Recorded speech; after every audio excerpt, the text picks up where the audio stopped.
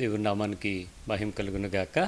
మరొకసారి ఈ యొక్క రాత్రికాల సమయంలో మీ కుటుంబాలతో పాటు అందరినీ కలుసుకొని దేవుని ఆరాధించడానికి, దేవుని యొక్క వాక్యం వినటానికి ప్రభు ఇచ్చినటువంటి గొప్ప ఆధిక్యతను బట్టి, ఈ మంచి సమయాన్ని బట్టి దేవునికి ఎంతగానో కృతజ్ఞతలు చెల్లిస్తున్నాను. మీ అందరికీ నా ప్రత్యేకమైన వందనాలు చెల్లిస్తున్నాను. అందరూ వచ్చేసారా? మంచిది. మరి దేవుని యొక్క మాట వినటానికి మన హృదయాలను సిద్ధపరచుకుందాం ప్రియులారా. పరిశుద్ధుడైన దేవుడు ప్రతిసారి మనతో మాట్లాడే ఒక వాగ్దానాన్ని మనం చదువుకుందాం. The promise for this week. ఈ వారం కొరకైనటువంటి దేవుని యొక్క మాటను మనం చూసుకున్నట్లయితే కీర్తనకారుడు 18వ కీర్తన Psalm 18లో 32, 33 వచనాలను ప్రభు మనకి ఈ వారం కొరకైనటువంటి వాగ్దానంగా ఇస్తున్నారు. కీర్తనలు 18 వచనము 32, 33. నాకు బలము ధరింపచేవాడు ఆయనే, నన్ను యథార్థ మార్గమును నడిపించువాడు ఆయనే. ఆయన నా కాళ్ళు జింక కాళ్ల వలె చేర్చున్నాడు, ఎత్తైన స్థలం మీద నన్ను నిలుపుచూ ఉన్నాడు. దేవుని యొక్క మాట నీ జీవితానికి సంపూర్ణతలోకి తీసుకొని రావటానికి ఆయన సహాయం చేయాలని ఆశపడుతున్నాడు. ఇప్పటి వరకు నీ కాళ్ళు కట్టేసి ఎటు వెళ్ళాలో తెలియక, ఏం చేయాలో తెలియక, ఇక పరిస్థితుల్లో నెక్స్ట్ ఏమవుద్దో తెలియక నువ్వు కలవరపడుతున్నా, నీ గురించి దేవుడు దివ్యమైన ఆలోచన కలిగినాడు, ఉన్నతమైన సంకల్పం కలిగినాడు. ఆయన ఖచ్చితంగా దాన్ని సహాయం చేయడానికి ఆశపడుతున్నాడు. నీకు బలము ధరింపచేవాడు ఆయనే. ఆయన నీకు చాలా గొప్ప బలాన్ని నీకు ఇవ్వాలని ఆశపడుతున్నాడు. ఆయన బలము లోకంలో ఉండేటువంటి బలం కన్నా కొన్ని వేల రెట్ల శక్తి కలిగింది. అందుకే ప్రభు తన పరిశుద్ధమైన లేఖనాల్లో పాత నిబంధన కాలం అంతట్లో కూడా దేవుని యొక్క బలము, యెహోవా బాహుబలము కొరచ కాదని ప్రజల మధ్య యుద్ధాలు పోరాటాలు చేయడంలోనూ, యుద్ధములకు ముందు నడిచినటువంటి సైన్యాధ్యక్షుడిగాను, అధిపతిగాను, అనేక మంది జీవితాలలో పోషకుడిగాను ఆయన బలవంతుడిగా మనకు కనపడుతున్నాడు. ఈరోజు నీ జీవితంలో కూడా అలాంటి బలము కలిగినటువంటి దేవుడు సంపూర్ణతలోకి నడిపించి నిన్ను తన పరిపూర్ణమైన కృపల మధ్య భద్రపరచడానికి ఆయన ఆశపడతా ఉన్నాడు. నిన్ను యథార్థ మార్గమున నడిపించేవాడు కూడా ఆయనే. ఏంటి యథార్థత? ఎక్కడ లోపం లేకుండా, ఏ విషయాలలో కూడా బలహీనలు కాకుండా, దేవుడు యథార్థవంతుడు. ఆయన మార్గములు యథార్థమైనవి, ఆయన మనకు చూపించిన త్రోవలన్నీ కూడా యథార్థమైనవి.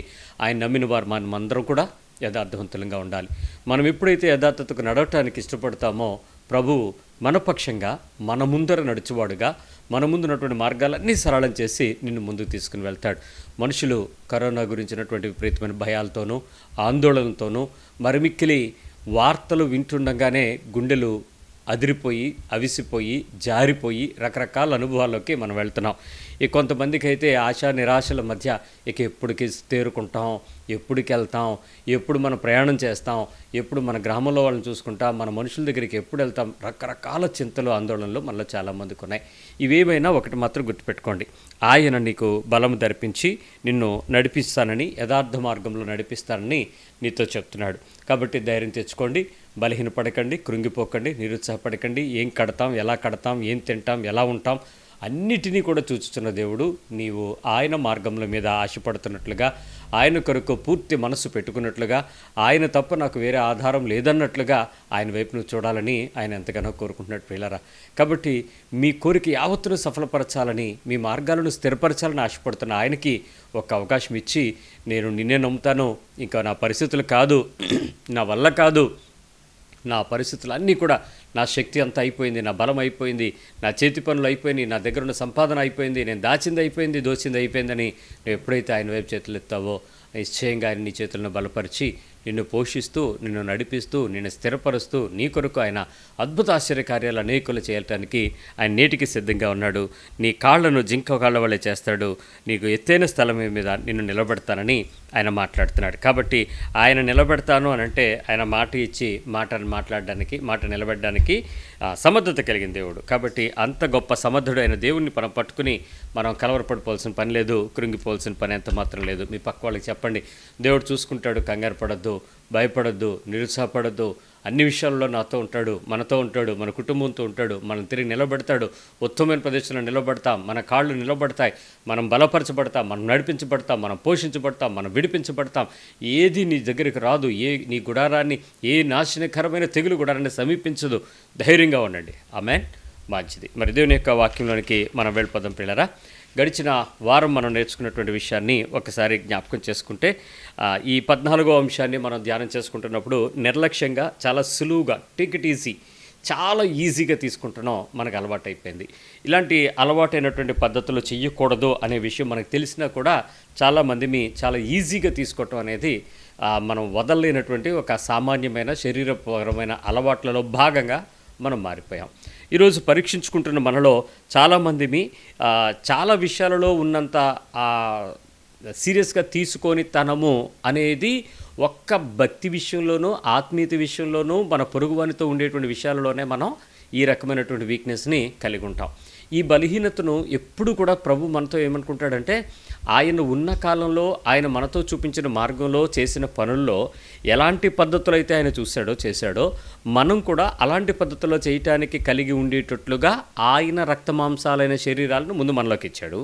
2, ఆయన ఏ ఆత్మ చేత నడిపించబడ్డాడో ఆ ఆత్మ యొక్క బలము మనకిచ్చాడు. 3వది, ఆయన ఏమై ఉన్నాడో అది మాట, ఆయన వాక్యమై ఉండెను కాబట్టి ఆ వాక్యము మన దగ్గర పెట్టి మన దగ్గరికి ఇచ్చి మనల్ని కొనసాగించమని చెప్పాడు. కాబట్టి మనం కూడా ఆయనలాగే సంపూర్ణతలోకి నడిపించబడగలం. ఆయన మన తండ్రి, పరలోకపు తండ్రి పరిపూర్ణుడు కాబట్టి మనం కూడా పరిపూర్ణులుగా ఉండాలన్నది దేవుని యొక్క నీతి. మంచిది. మరి ఈ విషయాల్లో అనవసరమైన విషయాలు కాకుండా ఆత్మ సంబంధమైన నిత్యత్వ విషయాల మీద మనం చాలా బలహీనంగా ఉంటున్నామనే విషయం మనకు అర్థమైపోయింది. మరి మొదటి విషయంలో మనం అర్థం చేసుకున్నాం, చాలా సందర్భాలలో భక్తిని కాపాడుకోవటానికి, భక్తిని కొనసాగించుకోవటానికి, భక్తిని గెలవటానికి దానాలు అనేవి కొని పెట్టుకుని వాటి ద్వారా మనం ఇచ్చేసుకుంటూ వెళ్తే మనిషి చాలా ఎలాంటి నిర్లక్ష్యంగా మనుషులతో బతికినా దేవుని పక్షమైనటువంటి ఆ బలము వచ్చేస్తుంది కాబట్టి దీవెని పొందేసుకుంటాం అనేటువంటి లోకంలో ఉండేటువంటి పద్ధతి. అయితే ఆత్మీయ పద్ధతుల్లో అలాంటివి ఏమీ లేవని మనం కొన్ని విషయాలు అర్థం చేసుకున్నాం. మరి నిర్లక్ష్యంగా ఉండేటువంటి ఆ వ్యక్తి జీవితం, దేవునితో నిర్లక్ష్యం కలిగినటువంటి వ్యక్తి యొక్క ఆలోచన యాకోబు జీవితంలో నష్టపోవటం, తన జీవితం అంతా పిల్లలందరూ కూడా మరి హంతకులుగా మారటం, కూతురు చెరచబడటం, పరిస్థితులు ఏమైపోతాయో, దేవుని యొక్క వాగ్దానం ముందుకు వెళ్తుందో లేదో అనేటువంటి పరిస్థితులు అక్కడ జరగటం మనం చూసాం. ఇక దానిలో నుంచి కొన్ని పరీక్షలుగా బేతేల్ దగ్గరికి వచ్చేసిన తర్వాత తిరిగి మళ్ళీ దాన్ని మందిరాన్ని కట్టడానికి సిద్ధపడటం, తదుపరి ఆ యాకోబు దీవించబడటం, ఆ గోత్రాలన్నీ కూడా ఆశీర్వదించబడటం, అవన్నీ మనం చూసాం. అందుకని మనం ఒక చిన్న పరీక్ష చేసుకుంటూ వస్తున్నాం. ఆ పరీక్షలో మొట్టమొదట మనం 5 విషయాలని మనం చూసాం. 6వ విషయాన్ని మనం చూద్దాం. పొందినటువంటి అర్హతకు మించిన దీవెనల విషయంలో మనలో ఎక్కడైనా ఏమైనా గర్వం ఉంటుందేమో పరీక్షించుకుందాం. ఏ విషయాల్లో దేవుడు మనల్ని దీవించినా, ఏ విషయాలలో మనల్ని దేవుడు ఆశీర్వదించినా, ఏ విషయాలలో మనం దేవుడు పొందుకునేటువంటి పద్ధతులు ఏది ఇచ్చినా దానిని బట్టి మొట్టమొదట్లో మనకున్నంత ఆ భయము, మొట్టమొదట్లో దేవుని దగ్గర నుంచి పొందుకున్నాము అనేటువంటి ఆ లోపల ఉండేటువంటి ఆ హృదయపూర్వకమైన కృతజ్ఞత ఇప్పుడు కొంచెం కాలరెగరేస్తాం. ఎందుకంటే జరిగిపోయింది కదా. ఆ రోజు తిండికి బాధపడినప్పుడు, ఆ రోజు ప్రయాణానికి కష్టపడినప్పుడు, ఆ రోజు అవసరతకు చేయించడానికి సిగ్గుపడిన వేళ కృపగలిగిన హస్తం మన దగ్గరికి వచ్చిందని గుర్తుంటుంది. కానీ ఇప్పుడు కొన్ని స్థాయిల్లో మనకేంటంటే కాలర్ పైకి ఏం తక్కువ అన్నట్టు కనిపిస్తూ ఉంటుంది. అలాంటి దగ్గరే ప్రభు మనతో అంటున్నాడు, ఆయన నీ అర్హతకు మించి ఆయన దీవించాడనే విషయంలో నీ హృదయం ఎక్కడైతే గర్వపడిందో, ఏ చిన్న విషయాలలో అయితే నువ్వు గర్వాన్ని సంపాదించుకుంటావో ఆ ప్రదేశంలో నీకుండేటువంటి లక్షణం పేరే నిర్లక్ష్యం. నువ్వు దేవునిని నిర్లక్ష్యం చేస్తున్నావు, దేవుని కృపలు నిర్లక్ష్యం చేస్తున్నావు, దేవుని దీవెనలు నిర్లక్ష్యం చేస్తున్నావు. దేవుడిచ్చినటువంటి దీవెనలకు నువ్వు దీనులు అవ్వాల్సిన మనము యాకోబు జీవితపు పరిస్థితిని ఎదురు పెట్టుకోలేక మనము గర్విష్ఠులమై పర్వాలేదులే దేవుడికి తెలియదేంటి అన్నట్టు మనం చేస్తూ ఉంటాం. ఇది నథింగ్ బట్ నీలో ఉండేటువంటి ఆ నిర్లక్ష్యం. కాబట్టి అది చాలా జాగ్రత్త, తక్కువగా చేయొద్దు. మరి 7వ విషయాన్ని మనం చూస్తే, ఏ విషయాల్లో నిన్ను ఫలింపచేసిన కృపకు, నిన్ను దీవెనల విషయంలో అర్హతకు మించి ఇచ్చినప్పుడు నీ లోపల గనక కృతజ్ఞత లేకపోవటం ఒక లక్ష్యం, అది గర్వానికి కారణమవుతుంది. 2వది, నువ్వు పొందినటువంటి అర్హత ఏదైతే ఉందో, క్వాలిఫికేషన్ ఏదైతే ఉందో, దేవుడు ఏ విషయాల్లో అయితే మనల్ని క్వాలిఫై చేశాడో, ఏ విషయంలో మనల్ని ఉత్తీర్ణతలోకి తీసుకొచ్చాడో, ఏ విషయాలలో మనల్ని ఆ పరిణితిలోనికి తీసుకొచ్చాడో, ఆ సంపూర్ణతలోనికి తీసుకువచ్చిన తరువాత మనలో ఉండేటువంటి బలహీనతను మనం అర్థం చేసుకోవాలి. ఆ విషయాలలో నిర్లక్ష్యంగా మనం మనుషులతో ఉంటాం, దేవునితో ఉంటాం. ఇక్కడ మీరు గమనించండి, మిమ్మల్ని పైకి లేవనెత్తడానికి దేవుడు కొంతమంది వ్యక్తులను వాడుకుంటాడు, దేవుడు కొన్ని పరిస్థితులను వాడుకుంటాడు, దేవుడు కొంతమంది పలుకుబడిని నీకు ఉపయోగిస్తాడు. వాళ్ళందరి విషయంలో కూడా నువ్వు ఎక్కడ కూడా నిర్లక్ష్యంగా ఉండకూడదు. అంటే దేవునితో నిర్లక్ష్యం ఉంటే ఇవన్నీ వచ్చేస్తాయి ఆటోమేటిక్గా. చాలామందికి ఏం చేస్తారంటే మనుషులతో చాలా భయంగా ఉంటారు. అమ్మో మీ వల్లేనండి, మీతోనండి, ఎందుకంటే మళ్ళీ ఆ లింక్ తెగిపోద్ది, ఇచ్చేవి ఆగిపోతాయి, పొందుకునేవి ఆగిపోతాయి. వీళ్ళతో ఉంటారు కానీ దేవునితో ఉండరు. ఈ రెండు కూడా నిర్లక్ష్యాలే. కాబట్టి అలాంటి విషయాలలో ఎక్కడైనా మనం ఉన్నామేమో పరీక్షించుకుని దానిలో నుంచి ముందుకు వెళ్ళడానికి ప్రయత్నం చేద్దాం. మరి 8వ విషయాన్ని మనం చూస్తే, ఎక్కడ ఎవరిని వాడుకుని దేవుడు నీకు మేళ్ళు చేశాడో ఆ ప్రదేశాలలో నీ లోపల తిరిగి అదే ప్రదేశాలకు వెళ్ళినప్పుడు నీ లోపల దీనత్వం ఉందా? లోపల దీనత్వం ఉందా? కొంతమందికి ఈ విషయం రెండు రకాలుగా కనిపిస్తుంది. దేవుడు నీ యథార్థ హృదయాన్ని చూస్తాడు. ఇది గుర్తుపెట్టుకుందాం. ఉదాహరణకి ఏంటంటే, మొట్టమొదట పరిచర్య ప్రారంభించబడిన దేవుని యొక్క సేవ పిలువబడిన ప్రదేశాలు ఎప్పుడు కూడా ఉన్నతమైన స్థాయిలో నీకు ఇవ్వడు. ఎందుకంటే నీ నమ్మకత్వం పరిశోధించబడుతుంది. నీ విశ్వాసాన్ని కలిగే పరీక్షలు ముందుంటాయి. నువ్వు నమ్మకంగా దేవుని యొక్క మాటను ఎలా నమ్ముతావో, విశ్వాసం ఉంచుతావో, పట్టుకుని కొనసాగుతావో లేదో అనే విషయాల్లో దేవుడు నిన్ను పలుమార్లు పరీక్షించి శోధిస్తాడు. అలాంటప్పుడు రోషం ఉంటుందండి, పౌరుషం ఉంటుందండి, పట్టుదల ఉంటుందండి, బాధ్యత ఉంటుందండి, నమ్మకత్వం ఉంటుందండి, విశ్వాసం ఉంటుంది. ఎక్కడ ఎవరి వైపు చూడం, పట్టించుకోం. అలాంటి సమయాల్లో నీ దగ్గరకు చిన్న చిన్న పరిస్థితులను బట్టి, కొంచెం సహాయాన్ని బట్టి, ఇంకేదో దేవుని ప్రేరేపణ బట్టి అనేక మంది నీ దగ్గరకు వస్తూ ఉంటారు. గమనించండి, మొదటి విషయం ఏంటంటే, సేవకుడు రోషంగా ఉంటాడు. ఆ రోజు ఈ రోజు ఎప్పుడూ ఒకేలాగా ఉంటాడు. కాకపోతే మనుషులకు ఈ డిఫరెన్సెస్ కనపడతాయి. ఈ వ్యక్తి ఇంత గొప్ప అయిపోయాడు, అప్పుడు మేము దీవిస్తేనే, మేమిస్తేనే, మేము తిండి పెడితేనే, మేము అలా ఇస్తేనే, మేము ఇలా ఇస్తేనే, ఇవి మనుషులు పొగడాలని కోరుకుంటారు. అక్కడ వాళ్ళ తప్పేం లేదు. నీ హృదయము వారితో యథార్థంగా ఉందో లేదో చూసుకో, అంతే. అవతల వాళ్ళు అనుకుంటున్నారు కదా అని వాళ్ళు సంతోషింపు చేయటం ప్రారంభించి ఆ పాలిష్ కొట్టడం, ఆ సోప్ వేయటం, ఈ రకమైన పద్ధతి చేస్తే దేవుడిని నుండి లక్ష్యపెట్టి మనుషులను నువ్వు సంతోషపరుస్తున్నావు. జాగ్రత్త, మనుషులను సంతోషపడితే అప్పటికి నువ్వు దేవుని సంతోషపరచలేవు అన్నది మనకున్నటువంటి హెచ్చరిక వాక్యం. రెండవ విషయం ఏంటంటే, దేవుడు ఆ దీవించబడిన తర్వాత, ఆ ఇచ్చిన తర్వాత, ఆ కృపలు పొందిన తర్వాత నువ్వు తిరిగి ఉన్నతమైన పరిస్థితికి లేక ఇంకేదో అనుకునేటట్లు. ఇంతకీ దేవుడు ఉన్నతమైన పరిస్థితి అంటే ఏంటి? నీవు నడిచే స్థితి మారచ్చు, నువ్వు ఉండే ఇల్లు మారచ్చు, నీకు ఉండేటువంటి కూర్చునే కుర్చీ సోఫాలు మారచ్చు, లేకపోతే కొంచెం లావిష్గా కొంచెం బయటకు కనపడచ్చు. అది దేవుడు నిన్ను దీవించాడు అని అనుకోమాకండి. దేవుడు నీకు శోధిస్తున్నాడు అనే విషయమే మనకు అర్థం చేసుకోవాలి. ఈ రకమైనటువంటి ఆశీర్వాదాల వైపు ప్రోత్సహించినప్పుడు ప్రజలు మేము దీవించామని అనుకుంటున్నారు. వాళ్ళు అసలు బుద్ధి లేని వాళ్ళు. మీరు దీవించేది ఏముండదు. మీరు పొట్టకు ఆ బట్టకు లోపం లేకుండా దేవుడు మీతో మాట్లాడతాడు, మీరు ఇస్తారు, మీరు వాళ్ళు పొందుతారు. కానీ దానిని ఎట్లా ఉపయోగించుకుంటాడు అనేది అర్థం చేసుకోండి. ఎక్కడ తేడా వస్తుందో తెలుసా? వ్యక్తిగతంగా ఆ సేవకుడు బంగారం మీద మోజుపడిన, రియల్ ఎస్టేట్ బిజినెస్ల మీద పెట్టుబడులు పెట్టి అమ్ముతూ కొంటూ లాభాలు సంపాదిస్తూ దాన్ని దేవుని పరిచర్యకు వాడదామనుకునేటువంటి వ్యాపారాలు చేసిన, మూడోది వ్యక్తిగతంగా తన బిడ్డలకు, తన భార్యకు తన ఆ ఇంటిని అలంకరించుకోవటానికి దానికి చాలా లావిష్గా ఎప్పుడైనా ఏదైనా ఖర్చు పెట్టాడనంటే ఈ was out from the God's will. దేవుని చిత్తంలోంచి కొంచెం పక్కకి వెళ్తున్నాడు. అతడు తన స్వదారిని, దానికి సంఘాన్నే వాడుకుంటున్నాడు అనే విషయం ఖచ్చితం. కాబట్టి వాటిని దేవుని పనికి వాడడం కొరకు మీరు ఇస్తారు, దేవుని పరిచర్యకు మీరు వాడడానికి ఇస్తారు. దేవుని యొక్క పనికి మాత్రమే దాన్ని కొనసాగించడానికి మీ హృదయాలు సిద్ధపరచాలి. ఎప్పుడు కూడా అది జరిగే అంటే అలాంటి సందర్భాలలో దేవుడు ఎవరిని వాడుకుని మీకు మేలు చేశాడో వారి విషయాల మధ్య నువ్వు దేవునికి ఇంకా దీనుడుగా అవ్వాలి. ఇది నాది కాదు బాబోయ్, ఇది నువ్వు ఇచ్చావు, ఇదంతా నీదే, ఇదంతా నువ్వు చేసావు, ఇది నీది నాయన, మేమేం లేదు, కేవలం నేను పనోడిని. ఒక మేస్త్రి గారు మా దగ్గర ఉండేవాడు. ఆయన శేషగిరి అని, మొత్తం మా బిల్డింగ్స్ అంతటిని కట్టినటువంటి ఒక మేస్త్రి. ఆ మేస్త్రి ఎవరికైనా పెద్ద పెద్ద బిల్డింగ్లు కట్టాలి అని అంటే వాళ్ళు ఏం కట్టావు నువ్వు చూపించానంటే కొన్ని ఇళ్ళు చూపించుకుంటూ, నేను అక్కడ ఒక మందిరం దగ్గర చాలా బిల్డింగ్స్ కట్టానండి అని అంటే, సరే ఒకసారి తీసుకురా చూపించానటప్పుడు వాళ్ళందరినీ వెహికల్ వేసుకుని నా దగ్గరికి వచ్చారు. ఆ రోజు మేము చర్చిలోనే ఉన్నాం. మొత్తం చూపిస్తూ ఉంటే నేను వెంటనే, శేషగిరి బాగున్నారా, రండి కూర్చోండి, ఏంటి సంగతులు, ఏంటి కొంచెం కాఫీ తాగుతారా అని చెప్పి కూర్చోబెట్టి అతను మర్యాద చేసి, ఏంటి వీళ్ళందరూ ఎవరుండి, ఏంటి నాకు పరిచయం చేయలేదు అని అంటే, లేదండి పాస్టర్ గారు, వాళ్ళు హౌస్ ఒకటి కన్స్ట్రక్ట్ చేయడానికి అపార్ట్మెంటు వచ్చింది, అపార్ట్మెంట్ కట్టడానికి నా క్వాలిటీ గురించి లేకపోతే నేను చేసినవి ఏమైనా చూపించమనంటే, కొంచెం లార్జ్ ప్రాజెక్ట్ కదా ఇది చూపిద్దామని ఇక్కడ తీసుకొచ్చానండి అన్నాడు.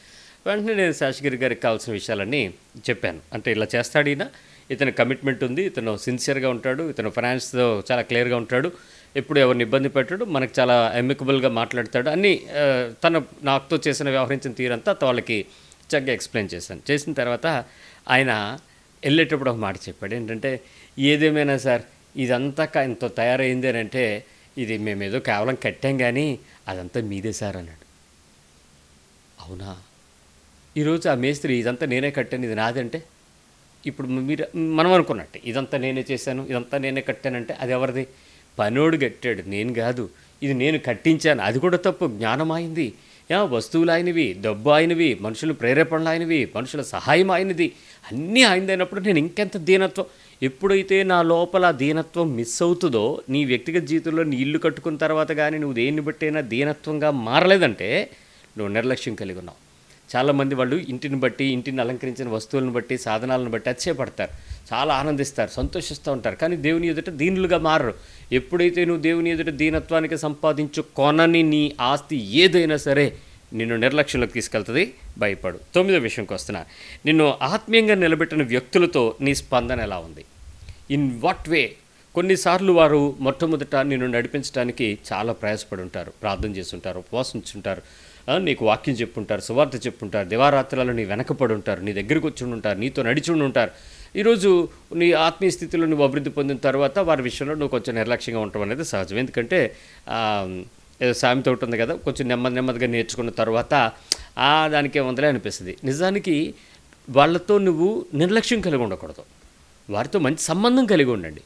ఈరోజు నువ్వు వేరే ప్రదేశంలోకి వెళ్ళి ఆత్మ సంబంధమైన గొప్ప గొప్ప విషయాలు నేర్చుకోవటానికి దేవుడు నీకు పెద్ద పెద్ద సేవకులనో, లేక మర్మాలను బోధించే నాయకులనో, లేక వాక్యమును యథార్థంగా బోధించేటువంటి వ్యక్తులనో, లేక దేవుని యొక్క మాటను రోషంగా ప్రకటించి నీ లోపల చైతన్యాన్ని తీసుకొచ్చే ఆత్మ సంబంధమైన వాక్యాన్ని బోధించే వారినో ఎవరినో నీకు అటాచ్ చేసి ఉంటాడు. కాబట్టి నీకు సహజంగా నీకేమవుతుందంటే, మేము పలానా చర్చు, మేము పలానా పాస్టర్ గారు, పలానా శాఖ, పలానా సంఘం లెగుస్తాయి. ఆ మాత్రం దానికి తొలి సంఘం విషయంలో వాళ్ళతో మనం ఎప్పుడు కూడా నిర్లక్ష్యంగా ప్రవర్తించొద్దు. వారితో నీకు చక్కటి సంబంధాన్ని కలిగి ఉండటం అనేది నిర్లక్ష్యతకు మనం ఒక విధంగా చెప్పాలంటే ఆయా ప్రదేశాలలో ఆయా వ్యక్తులను వాడుకోకపోయి ఉంటే ఈరోజు నీలో ఆ పరిణితి వచ్చి ఉండేది కాదు. ఇంకా స్పష్టంగా చెప్పాలంటే ఈరోజు నువ్వేమై ఉన్నావో అది అక్కడ బ్యాక్గ్రౌండ్, అక్కడ పునాది. కాబట్టి జాగ్రత్త. మరి 10వ విషయాన్ని నేను మీతో చెప్తున్నాను.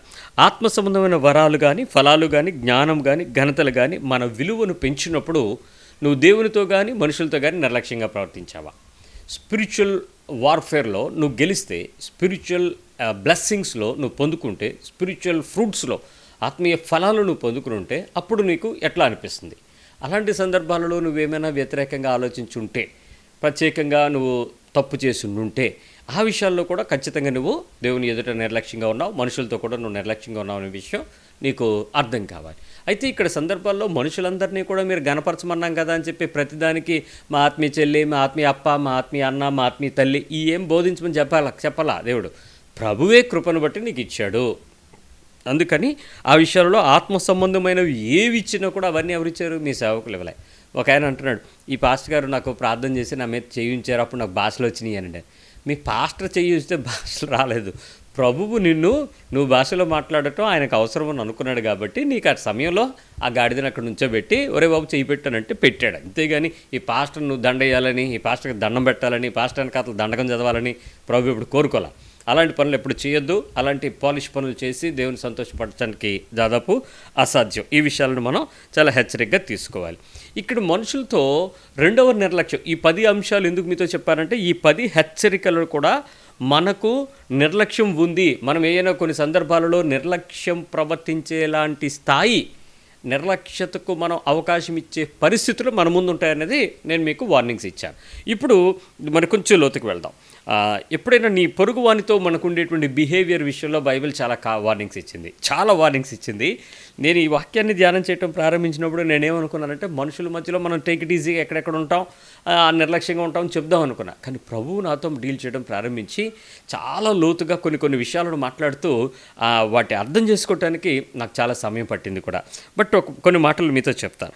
మత్తయి సువార్త 24వ అధ్యాయంలో మనకు ఒక హెచ్చరిక వాక్యాన్ని పెట్టాడు. Matthew 24:41. మత్తయి సువార్త 24వ అధ్యాయంలో 41వ వచనం ఏముందో చూద్దాం. Matthew 24:41 ఏంటంటే 40 నుంచి 39 నుంచి కూడా చెప్తూ 40 దగ్గరికి వచ్చి చెప్తాడు. 40వ వచనం, ఆ కాలంలో 2 పొలంలో ఉందరు, ఒకడు తీసుకొని పోబడును, ఒకడు విడిచిపెట్టబడను. మొదటిది, 2 పొలంలో ఉంటారు, ఒకడు ఉంటాడు, ఒకడు వెళ్ళిపోతాడు. ఎవడు వెళ్ళిపోతాడు. 2 చేసేది పొలం పనే. ఏంటి తెలుసా? ఒకడు సిద్ధంగా ఉంటాడు, రెండోడు సిద్ధపాటు లేకుండా ఉంటాడన్నది కాదు, నిర్లక్ష్యంగా ఉంటాడు. వాడు రెండో వాడితో నిర్లక్ష్యంగా ఉండుండొచ్చు, లేక ఆ ఉండిపోయినటువంటి వ్యక్తి ఏమో తప్పు చేసినవాడు, వెళ్ళిపోయిన వాడేమో నీతి కలిగినవాడు, లేక దేవుని యొక్క పద్ధతి కలిసినవాడు. సో ఇద్దరు విషయాల్లో ఎందుకు కొనిపోబడడం విడిచిపెట్టడం అనేటువంటి విషయం మనం అక్కడ జ్ఞాపకం చేసుకోవాలి. అంటే అక్కడ మెలకువ లేనితనము, నిర్లక్ష్యంగా ఉండేతనము, పట్టించుకోకపోవటం, అశ్రద్ధ, తోటి పనివానితో కలిసి ఆ సింక్రనైజ్డ్గా ఆ సమన్వయంగా పనిచేయలేకపోవటం, ఇలాంటి చాలా బలహీనతలు మనం అక్కడ చెప్పుకోవచ్చు. రెండవది, ఇద్దరు స్త్రీలు తిరగలు విసురుచుందురు, ఒకటి తీసుకొని పోబడను, ఒకటి విడిచిపెట్టబడను. ఇద్దరూ తిరగలిసురుతూ ఒకడు ఉండడం ఒకడు వెళ్ళిపోవడం అంటే ఏంటి?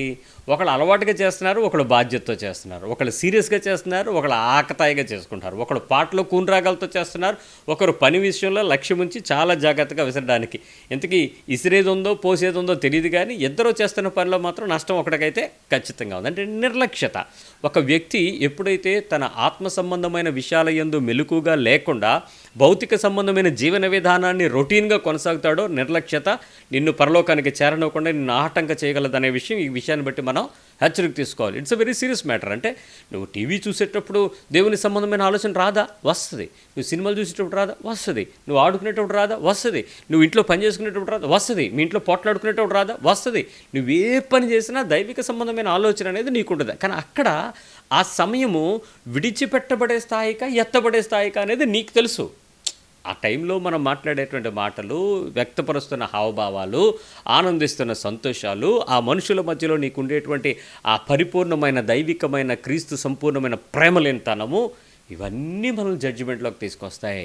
కాబట్టి ఏదో డ్యూటీస్గా చేసినంత మాత్రంలో కుదరదు, అది ప్రేమగానే చేసి తీరాలి. ప్రాముఖ్యంగా కొంతమంది కుటుంబికమైన స్త్రీలు ఇలాంటి సందర్భాలలో, మరి నేను చూస్తున్నటువంటి ఈ న్యూస్ పేపర్స్ చూస్తున్నప్పుడు, ఈ టీవీలో న్యూస్ ఫాలో అవుతున్నప్పుడు ఇప్పుడు చాలా స్పష్టంగా మనం చూస్తున్న ఇంటర్నెట్ న్యూస్ ఏంటంటే, ఫ్యామిలీ హెరాస్మెంట్ కేసెస్ పెరిగిపోయినాయి. స్త్రీలు చాలామంది మేము గృహహింస కింద కేసు పెడతామని చెప్పి పోలీస్ స్టేషన్కి ఫోన్లు చేస్తున్నారు. 100 రదర్ దెన్ ఈ కరోనా ట్రాఫిక్ అంట ఈ కంప్లైంట్ ట్రాఫిక్ ఎక్కువైపోయిందని చెప్పి దానికి సపరేట్ సెల్ని కూడా ఓపెన్ చేశారని నేను కమిషనర్గా చెప్తున్నారు. ఏంటి పరిస్థితి అని అంటే, ఎందుకు ఇలా పెరిగిపోద్ది అంటే, మగవారు సతాయిస్తారు, ఇసుక్కుంటూ ఉంటారు, నాకు ఇది కావాలి, అది కావాలి, ఇది చేయలేదు, అది చేయలేదని. కొన్నిసార్లు వీళ్ళు ఏం చేస్తారంటే, మేము బాధ్యతతో చేస్తున్నాం, మమ్మల్ని మర్యాదగా చేయించుకోండి, అంతేగాని ఇసుగొట్టకండి అంటున్నారు. మర్యాదతో చేయటం కానీ, బాధ్యతతో చేయటం కానీ, ధర్మముగా చేయటం కానీ, మరి నీకు సంబంధించినంత వరకు మరి వాళ్ళకి ఇంకేదైనా పేరు పెట్టి నువ్వు చేసుకోవటం వేరు. కానీ ప్రేమతో ఆ సత్కార్యమును కనుక నువ్వు చేయకపోతే, నువ్వు చేసిన ప్రతిఫలం యొక్క విజయము లేక ఫలము నువ్వు అనుభవించలే, నువ్వు పొందవు. అంటే మీరు అనొచ్చు, ఇంతకంటే ఆవిడ చేసి పెడతాడని. అదంతా నాకు తెలియటు. నీకు నిర్లక్ష్య ధోరణి లోపల పెరిగినప్పుడు ఆ వ్యక్తులను ప్రేమించాల్సిన సందర్భంలో అలవాటుగా చేసే నీ పని విడవబట్టే స్థాయికి తీసుకొస్తుంది. గృహహింసలో నువ్వు కేసు పెడతావా, లేకపోతే విడాకులే ఇచ్చేస్తావా, నీ మొగుడితో పడలేనరా బాబు అని తెల్లారు లెగిస్తే దండం పెట్టుకుని ప్రార్థన చేసుకుని పనిలోకి వెళ్తావా, ఇవన్నీ ప్రతి ఇంట్లో ఉండే పోరాటాలే. దాన్ని ఏమి నేను మాట్లాడను. కానీ అలాంటి సందర్భాలలో నీ హృదయంలో నుంచి నువ్వు చేసేటువంటి చర్య ప్రేమపూర్వకంగా చేయాలి. విసుగుతో కానీ, కోపంతో కానీ, ఇంకేదైనా లక్షణాలతో కానీ, మా ఐదారు మంది తిని చంపేస్తున్నారు, ఇంకెంతకంటే ఎవడ తెచ్చి పెడతాడు, ఎవడుండి పెడతాడు, ఇంక ఇదే పని, ఇంకా అది తీసేసినా బాగున్ను, వీడికి వచ్చేసినా బాగున్ను, ఏది కరోనా వీడికి అంటేసినా బాగున్ను, వచ్చేస్తే దరిద్రం వదిలిపోను, ఏంటి బాధ పడలేకపోతున్నావు. ప్రపంచమంతా అల్లకొల్లోలం అయిపోతున్నది ఒక ఎత్తు అయితే, నీ ఇంట్లో బాధ ఒక సరే మంచిది, నువ్వు బాధపడటం తప్పలేదు. కానీ దాని వెనక దైవికమైన సంపూర్ణమైన పరిపూర్ణమైన ప్రేమ లేకపోతే నిర్లక్ష్యం కిందే వస్తుంది. బాధ్యతలు నీకు ఇచ్చినప్పుడు దానిని నువ్వు నిర్లక్ష్యంగా చేస్తున్నావు. నీ గృహ పరిపాలన బాధ్యత నీది, గృహాన్ని నడిపించాల్సిన బాధ్యత నీది, యజమానిగా నీది, యజమానురాలుగా నీది, బాధ్యతలుగా పిల్లలు మీవి. ఎవరు నిర్లక్ష్యంగా ఉన్నా దాని అల్టిమేట్ ఎండ్ చూసేస్తారు, జాగ్రత్త. రెండో విషయాన్ని మీతో చెప్తాను. ఇక్కడ 17వ అధ్యాయం లూకాసు వార్త 17:34 ఒక సందర్భాన్ని ఇక్కడ మనతో చెప్తాడు. లూకా 17:34 17:34. ఆ రాత్రి ఇద్దరు ఒక మంచం మీద ఉందరు, వారిలో ఒకరు కొనుపోబడుదురు, ఒకరు విడిచిపెట్టబడుదురు. ఇందాక అక్కడ పొలము, ఇక్కడ మంచం దేనికి సంబంధించింది? నిద్రలో ఇద్దరు హ్యాపీగా ఉంటారంటే ఇద్దరికి ఏం తెలీదు, ఒళ్ళు తెలియదు. నిద్ర అంటే శరీరం సంబంధించింది లేకుండా శరీరాన్ని విశ్రాంతిపరిచి మెదడు నిద్రపోవటాన్ని నిద్ర అంటారు. మెదడు విశ్రాంతి తీసుకోవటం. సో ఆ సమయంలో నీ ఆత్మ కూడా దేవునితో కనెక్ట్ అయ్యి సంపూర్ణమైన సంగతులు సంపాదించుకుంటూ ఉంటుంది. సో ఇద్దరు మంచం మీద ఉండి ఇద్దరు ఫోన్లు పట్టుకుని ఉండొచ్చు. ఒకడు ఫోన్ వదిలేసి మాయమైపోవచ్చు, మరొకడు ఫోన్ పట్టుకుని 2 ఫోన్లు పట్టుకుని ఇక్కడ ఉండిపోవచ్చు. ఏం జరుగుద్దో చూసుకోండి. అంటే మన లోపల మంచము మీద నిద్రపోతున్న స్థాయిలో సైతం నిర్లక్ష్యంగా ఉండకూడదంట. అంటే అలక్ష్యంగా ఉండకూడదు, అంటే మెలకువగా ఉండాలి, చాలా జాగ్రత్తగా ఆ పరిస్థితుల్లో ఉండాలి. ఇంకా తర్వాత అంటే ఇద్దరు స్త్రీలు తిరగలి విసురుచుందరు, అది మనకు తెలిసి విన్న విషయమే. సో ఇలా ప్రతి సందర్భంలో మనం చాలా వార్నింగ్గా ఉండడం అనేది ఎక్కడెక్కడ ఉన్నాయేమో చూసుకోండి. నేను మొదట చెప్పింది దేవునితో సీరియస్గా ఉండడం, లేక దేవునితో టేక్ ఇట్ ఈజీగా ఉండకపోవడం, దేవునితో నిర్లక్ష్య ధోరణితో ప్రవర్తించకుండా ఉండడం. ఇప్పుడు చెప్తున్నది ఏంటి? మనుషులతో సంబంధించిన విషయాలు. ఎట్లా ఉంటాయి ఈ మనుషులతో సంబంధించిన విషయాల్ని ఒకసారి పరీక్షించుకున్నట్లయితే నేను కొన్ని ప్రశ్నలు వేస్తాను. మరి ఈరోజు మనం ఆ సమయాన్ని బట్టి మనం ఆ ప్రశ్నల్లో నుంచి సంపూర్ణ సమాధానం తెచ్చుకోవటానికి ప్రయత్నించేద్దాం. లూకా సువార్త 10వ అధ్యాయము 30వ వచనం, 10:30. లూకా సువార్త 10వ అధ్యాయము 30 నుంచి 37 మధ్యలో మనకి మంచి సమరయుడు గురించినటువంటి విషయం ఇక్కడ రాయబడింది. లూక్ గోస్పల్ చాప్టర్ 10 verse 30-37, 30 నుంచి 37 వచనాలు. ఇక్కడ మనకి సందర్భం ఏంటంటే, యేసు ప్రభువారు ఒకడు చాలా నీతిమంతుడిగా మాట్లాడడానికి యేసు ప్రభువును మాట్లాడుతుంటే అప్పుడు చెప్పినటువంటి ఉదాహరణ. యేసు ఇట్లా అన్నాడు, ఒక మనుషుడు యెరూషలేము నుండి యెరికో పట్టణానికి దిగి వెళ్ళొచ్చు, దొంగల చేతిలో చిక్కెను, వారు అతని బట్టలు తీసుకొని అతను కొట్టి కొరపడంతో విడిచిపోయారు. అప్పుడు ఒక యాజకుడు త్రోవను వెళ్ళుట తటస్థించను, అతడు చూచెను కానీ పక్క నుంచి పోయాను. అలాగనే లేవీడు ఒకడు వచ్చి పక్క నుంచి పోయాడు. తర్వాత అతను పడిన చోటుకి సమీరుడు వచ్చాడు, జాలిపడ్డాడు, దగ్గరికి వెళ్ళాడు, నూనె పోసి ద్రాక్షరసం పోసి గాయాలను కట్టాడు, పొట్టకొళ్ళని పట్టాడు అని. ఓకే, మీకు అంతా తెలిసిన విషయమే. ఏం జరిగిందో ఒకసారి చూద్దాం. ఇప్పుడు ఇది పొరుగువానికి సంబంధించిన వ్యవహారం కదా, నీ పొరుగువాడు ఎవడు అన్నది కదా ఈ కథలో. యేసు ప్రభువారు చాలా సందర్భాల్లో మీ పొరుగువారు ఎవరు అనేటువంటి సందర్భం గురించి చాలా విషయాలు మాట్లాడాడు. దీనిలో మొట్టమొదటిది సమరయుని యొక్క విషయం మాట్లాడాడు. రెండవది ఏంటంటే అప్పు ఎక్కువగా క్షమించిన వాళ్ళ గురించి మాట్లాడుతూ, ఇప్పుడు నీ పొరుగువాడు ఎవడంటే ఎక్కువగా విస్తారంగా ఎవడైతే క్షమించాడో వాడే పొరుగువాడు అని అంటుంటుంది. అంటే ప్రభువు మనతో మాట్లాడే ఈ పొరుగువాని సంబంధమైన విషయాలలో ఎంత ఎక్కువ అనేది మనం ప్రవర్తించేటువంటి పద్ధతి మీద ఆధారపడి ఉంటుంది. ఇక్కడ వాళ్ళు చేసిన తప్పేంటో నేను ముందుగా చెప్పి మిమ్మల్ని నా ప్రశ్నల్లోకి తీసుకుని వెళ్తా. మొదటిది ఏంటంటే యాజకుడు వచ్చాడు అనేటువంటి విషయం మనకు తెలిసింది. విచిత్రమైన విషయం, బైబిల్లో ఏది కూడా యేసు ప్రభువు వారు చెప్పింది తన వాక్యానికి కాంట్రడిక్ట్ అయ్యి వ్యతిరేకమయ్యే విషయాలు ఉండవు. అంతా వాక్యంలోనే ఉంటాయి. వాక్యాన్ని నెరవేర్చడానికి వచ్చాడు కాబట్టి వాక్యాన్ని క్లియర్గా మనతో మాట్లాడడానికి అయినప్పుడు యథార్థంగా ఉంటాడు. ఆయన చెప్పినటువంటి ఉపమానం ఏంటంటే, అంటే what I mean to say is not a fabric story, it's happened, జరిగినటువంటి విషయాన్ని ఆయన వారితో మాట్లాడిన సందర్భం అది. మనం చూసుండం, ఆయన చూసిన విషయం చెప్పినాడు. ఆయన ఏం చెప్పాడు? మొట్టమొదటి ఎవరు వచ్చారంటే యాజకుడు వచ్చాడు, తర్వాత లేవీయుడు వచ్చాడు. యాజకుని గురించి లేవీయుల గురించి బైబిల్ ఏం చెప్పిందంటే, లేవియకాండం 22వ అధ్యాయంలో చాలా విషయాలు మెన్షన్ చేసుకుంటూ వచ్చాడు. ఆల్మోస్ట్ ఇద్దరికి కూడా సైమల్టేనియస్గా ఒకే రకమైన డ్యూటీస్ ఉంటాయి. అంటే పరిశుద్ధమైన దేవుని యొక్క మందిరము, ఒకరు తెర లోపల పనిచేసేవాడేమో యాజకుడు, తెర బయట పనిచేసేవాళ్ళేమో లేవీయులు. తెర లోపల పరిశుద్ధమైన దేవుని యొక్క మందసము దగ్గరకు ధూపం వేయటం అనేది వారి పని.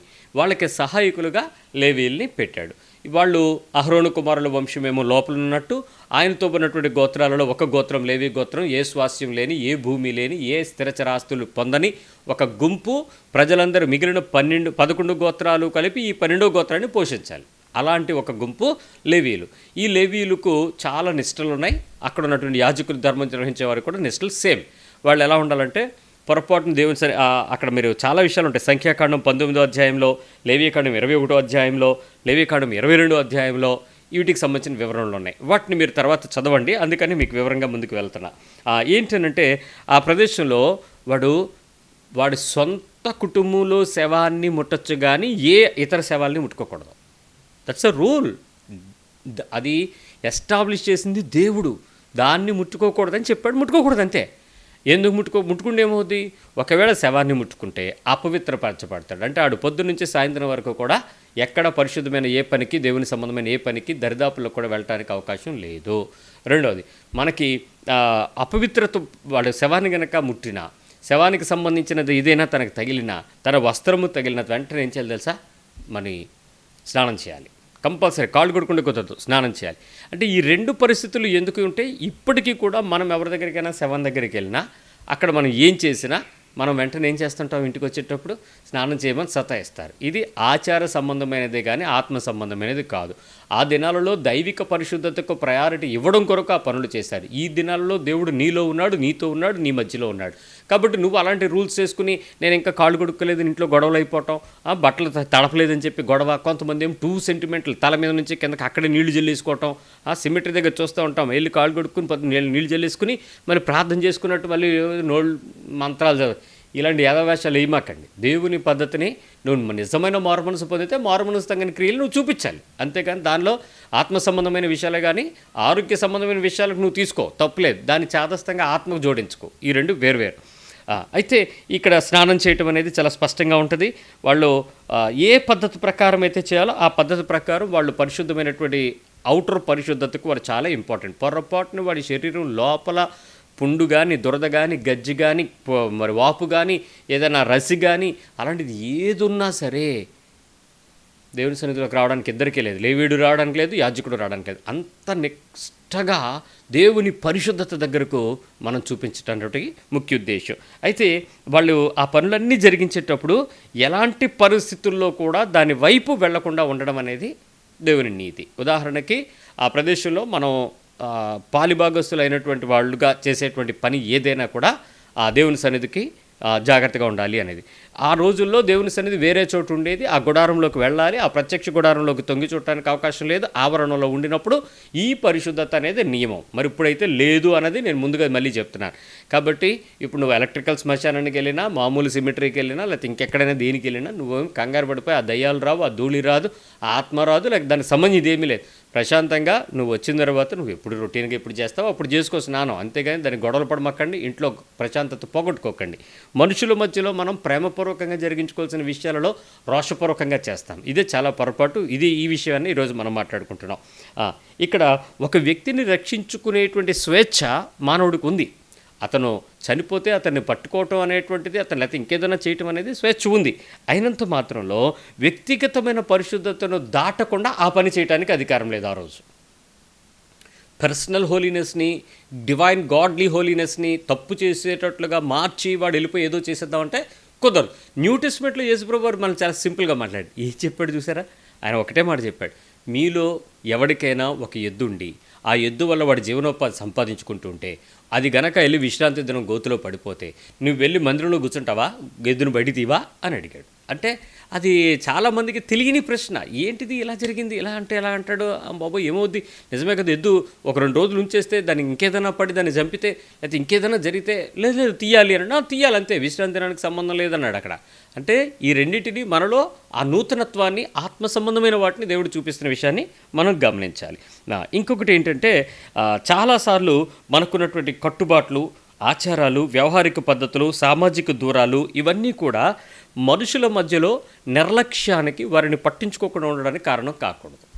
ఇది చాలా సీరియస్గా తీసుకోవాలి. ఇది తల్లి మనసుగా చూడాలి, ప్రేమపూర్వకంగా చూడాలి, అది ఆత్మీయతగా చూడాలి, దైవిక లక్షణంగా మనం వాటిని చేయాల్సి ఉంటుంది. అంటే మన కొన్ని పద్ధతులు, కొన్ని కట్టుబాట్లు ఇప్పటికీ కూడా చాలామంది దాటలేని వారుగా ఉన్నారు. దానికి ఒక విధంగా చెప్పాలంటే సామాజిక దూరం అనే పదాన్ని వాడాలి. ఒక విధంగా కొన్ని ప్రదేశాల్లో, కొన్ని కమ్యూనిటీస్కి ఇప్పటికీ కూడా ఆ ప్రదేశాలలోకి ఉన్నత సామాజిక వర్గం అని చెప్పబడేటువంటి వాళ్ళు వెళ్ళకపోవటం అనేది క్రైస్తవుల్లో నేను చాలామందిని ఎరుగుతున్నాను. They will never touch the house. వాళ్ళ దగ్గరికి వెళ్ళరు, వాళ్ళతో మనం మాట్లాడతారు, వాళ్ళతో చేయించుకుంటారు, వీళ్ళు ఇస్తారు, పుచ్చుకుంటారు, అన్నీ బాగానే ఉంటాయి. కానీ వాళ్ళ జోన్లోకి వెళ్ళటానికి వీళ్ళు ఇంకా ఆ అంటరానితనాన్ని చూడటానికి ప్రయత్నం చేస్తూ ఉంటారు. ఈ దృక్పథం మంచిది కాదు. ఇది ఒక విధంగా దేవుని యొక్క ప్రజలను నువ్వు నిర్లక్ష్యంగా చూస్తున్నావు, వారితో నువ్వు సంపూర్ణమైన ప్రేమను వ్యక్తపరచటం లేదు. వారి కార్యక్రమాల మధ్యలో నీ హృదయంలో కొన్ని తెలియని ఒక చిరాకు కలిగించేటువంటి ఒక స్వభావం బయటకు కనపడకుండా లోపల ఉంటుంది. అక్కడ దేవుడు లోపలే చూస్తాడు. అందుకే మంచం మీద పడుకున్న తర్వాత అన్నాడు. కాబట్టి అక్కడ ఉండిపోతాం, జాగ్రత్త, హెచ్చరిక. మరొకటి ఏంటంటే ప్రతిసారి కూడా ప్రతిఫలం గుర్తించి లేక ఏదైనా ఆశించబడి అంతర్యంలో లెక్కలు చూసుకుని మనం ఎప్పుడైనా ఏదైనా చేయడానికి ప్రయత్నం చేసినట్లయితే అలా కూడా దేవుడు అంతరంగ పరిశుద్ధతను కోరుకుంటాడు. కాబట్టి అలాంటి నువ్వు చేసే పనిని కూడా ఆయన లక్ష్య పెట్టాడు.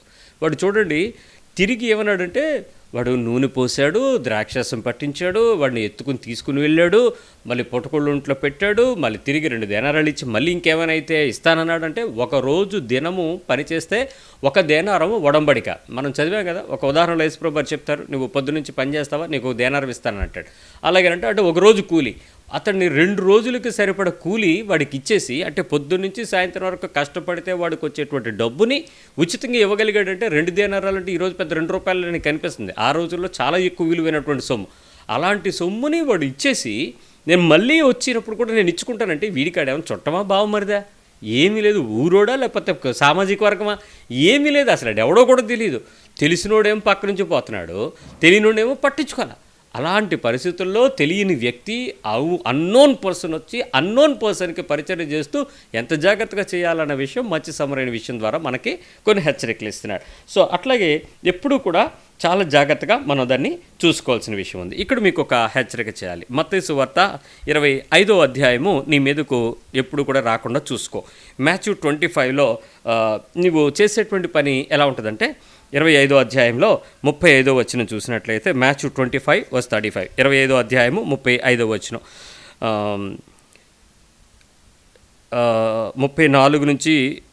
34 నుంచి చదువుతున్నాను. అప్పుడు రాజు తన కుడివైపు ఉన్న వారిని చూచి, నా తండ్రి చేత ఆశీర్వదించబడిన వారులారా రండి, లోకము పుట్టినది మొదలుకొని మీ కొరకు సిద్ధపరచబడిన నా రాజ్యము స్వతంత్రించుకున్నది.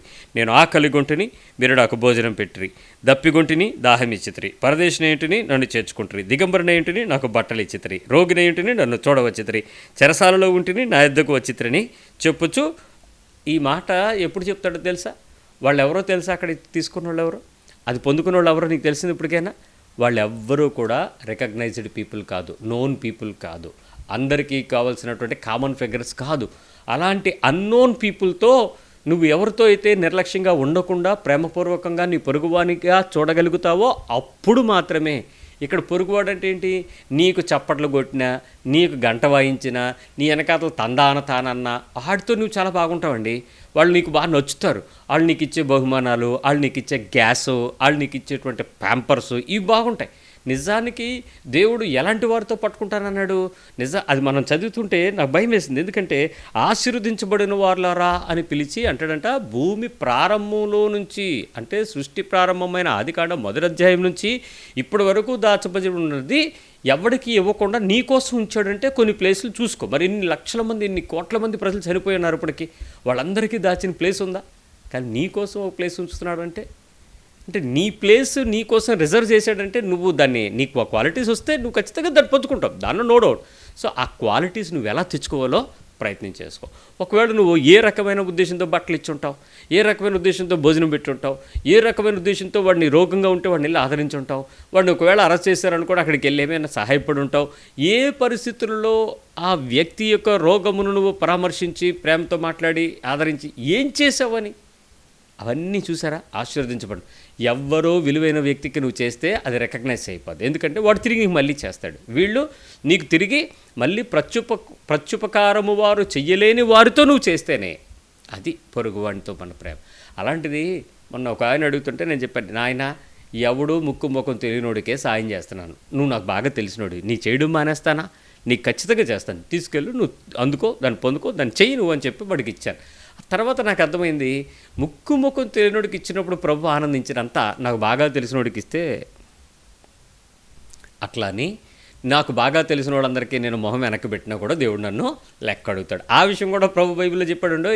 ఏంటి అదే అధ్యాయంలో అనుకుంటా ఒక సందర్భంలో నేను చూశాను. అదేం ఏమంటాడంటే, నీ పొరుగునింట్లో నీ పక్కింట్లో ఒకడు ఉన్నాడు, చుట్టం వచ్చాడని చెప్పి తలుపు కొట్టి, ఏమండి మా ఇంటికి రాత్రి చుట్టం వచ్చాడు, మా ఇంట్లో మరి భోజనం ఏం లేదు, నీకు పిల్లలు ఉన్నారు కదా, మరి నాకు కొంచెం రొట్టె ఏమైనా ఉంటే ఇవ్వు, నువ్వు దాచి ఉంటావు ఖచ్చితంగా, కొంచెం పెట్టని అడగమన్నాడు. అంటే ఏంటి అక్కడ సందర్భం? అన్నోనా నోనా? ఇక్కడేమో అన్నోను, అక్కడేమో నోన్. రెండు దగ్గర నువ్వు ఎలా చేస్తున్నావో మాట మాటికి అడగడం అనే కాన్సెప్ట్లో ఆ విషయం చెప్పునా ఇవ్వాలి అనే విషయం అక్కడ మనకు ప్రస్తుతంగా చెప్పబడుతుంది. సో ఈ రెండింటి మధ్యలో మనం ఎలా ఉన్నామనే విషయం చాలా జాగ్రత్తగా హెచ్చరిక తీసుకుందాం. ఇప్పుడు నేను మిమ్మల్ని ఆ ప్రశ్నకు సంబంధించిన విషయాలలో అల్పులైన వారెవరు, గనులైన వారెవరు అన్న విషయం ఒక మాట చెప్పేసి ఆ ప్రశ్నలోకి, ఆ చిన్న ప్రశ్నలోకి మనం వెళ్ళిపోదాం. మొట్టమొదటిగా అల్పులైన వారు ఎవరంటే గొప్పోళ్ళందరూ అల్పులైన వాళ్ళండి, వాళ్ళు గొప్పోళ్ళు. రెండవది ధనవంతులందరూ అల్పులైనండి. ఎవరికి? దేవునికి. దేవుని దృష్టిలో వీళ్ళందరూ అల్పులు. ఎలాగా? గొప్పవారు, ధనవంతులు, మంచి మంచి అంగీలు వేసుకుని, మంచి మంచి పట్టు చీరలు కట్టుకుని, మంచి మంచి గౌన్లు వేసుకుని, మంచి గౌన్లు అంటే ఆడవాళ్ళు కదా, పాస్టర్లు వేసుకునే గౌన్లు, పెద్ద పెద్ద సూట్లు వేసుకుని, పెద్ద పెద్ద మత సంబంధమైన ప్రవీణులుగా కనపడుతున్నట్టు. నేను మొన్న ఒక ఆయన అడిగేది, ఏంటి సార్ ఈ మధ్య మీరు కలర్ షర్ట్ వేస్తున్నారని సార్ అంటే, ఇదే నాకు బిషప్ అయ్యాను సార్ అన్నాడు. ఎవరికా అంటే, నాకు ఆనర్ చేశారు సార్ అని. ఆహా, బిషప్ అంటే అంటే అది కొంచెం అందుకని అయితే బిషప్ ఓపెన్ అయితే అయ్యేవులే, నాకు తెలియక అడగలేదు, తెలిసి అడిగాను.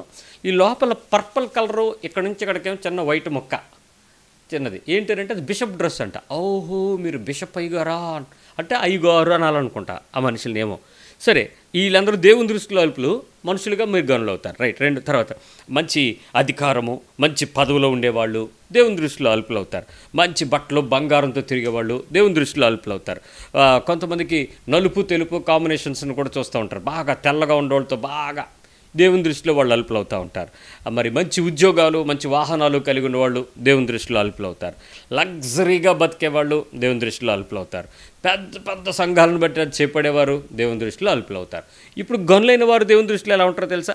పేదోళ్ళు, హ్యాండిక్యాప్డ్, విధవరాళ్ళు, అనాథలు, పని చేసుకునేటువంటి సామాన్యులైన వారు, ఈ రెగ్యులర్ డే టు డే బేసిస్లో ఇప్పుడు మనం చూస్తున్నాం కదా, పనికి పొట్టబట్టుకుని సంచారంగా ఎక్కడెక్కడికో పోయి పనిచేస్తున్నటువంటి అలాంటి బలహీనులు, చిన్న చిన్న ఉద్యోగాల్లో నీ ఇలాంటి పెద్దవాడికి బోల్డ్ అంతా సహాయం చేయించేసుకునేటువంటి చిన్నవాళ్ళు, హోటల్స్లో సర్వర్సు, అలాంటి క్యాటరింగ్ చేసేటువంటి దగ్గర ఉండేటువంటి వ్యక్తులు, కింద ఆకులు తీసేవాళ్ళు, ఇలాంటి వాళ్ళు మనం నీచింగ్ తక్కువ స్థాయిలో వాళ్ళు దేవుని దృష్టిలో అల్పులు అవుతారు, గనులు అవుతారు. దిక్కులేని వారు, రోడ్డు పక్కన నివసిస్తున్న వారు, వీళ్ళందరూ దేవునికి చాలా ఇష్టమైనటువంటి వాళ్ళు. పేదల పక్షపాతి కదా యేసుప్రభు వారు, అలా ఉంటాడు. అలానే ధనవంతులకు వ్యతిరేకమని కాదు, ధనమునకు వ్యతిరేకం దేవుడు ఎప్పుడు కూడా, గమనించండి.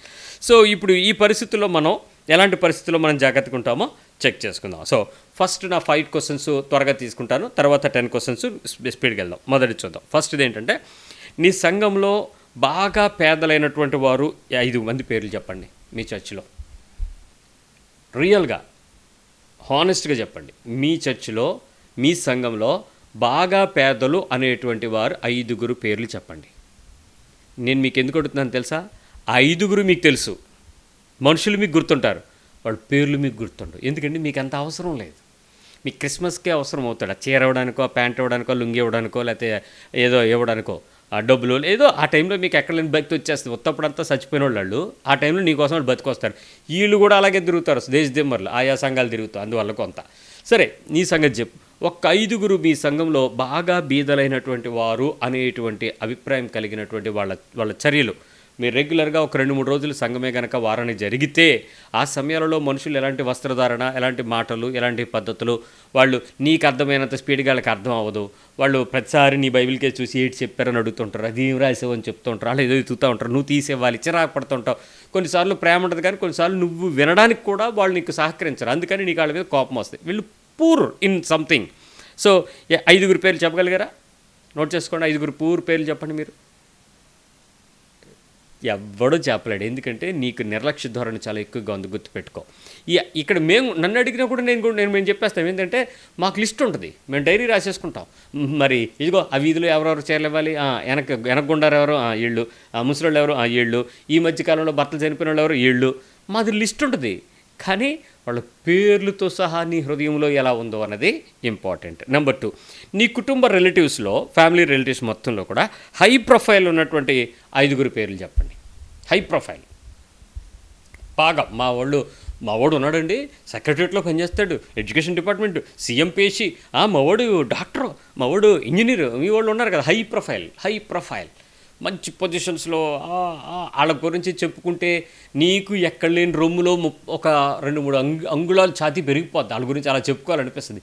మీ తమ్ముడు కొడుకు గురించో, లేకపోతే మీ పిన్ని కొడుకు గురించో, లేకపోతే ఎవడో నీకు బీరకాయ పీసు, లేకపోతే నీ కొడుకుల గురించో, ఆ హై ప్రొఫైల్ ఫ్యామిలీలో ఒక 5 పేర్లు చెప్పండి. రైట్. ఈ 5 పేర్లు నువ్వు చెప్పేసిన తర్వాత మరొక మాట చెప్పండి. లో ప్రొఫైల్లో ఉండేటువంటి ఒక 5 పేర్లు చెప్పడానికి సిగ్గుపడే 5 పేర్లు చెప్పండి. నువ్వు వినది రైటే, చెప్పడానికి సిగ్గుపడే 5 లో ప్రొఫైల్ పీపుల్ చెప్పండి. వాళ్ళు బాగా బలహీన.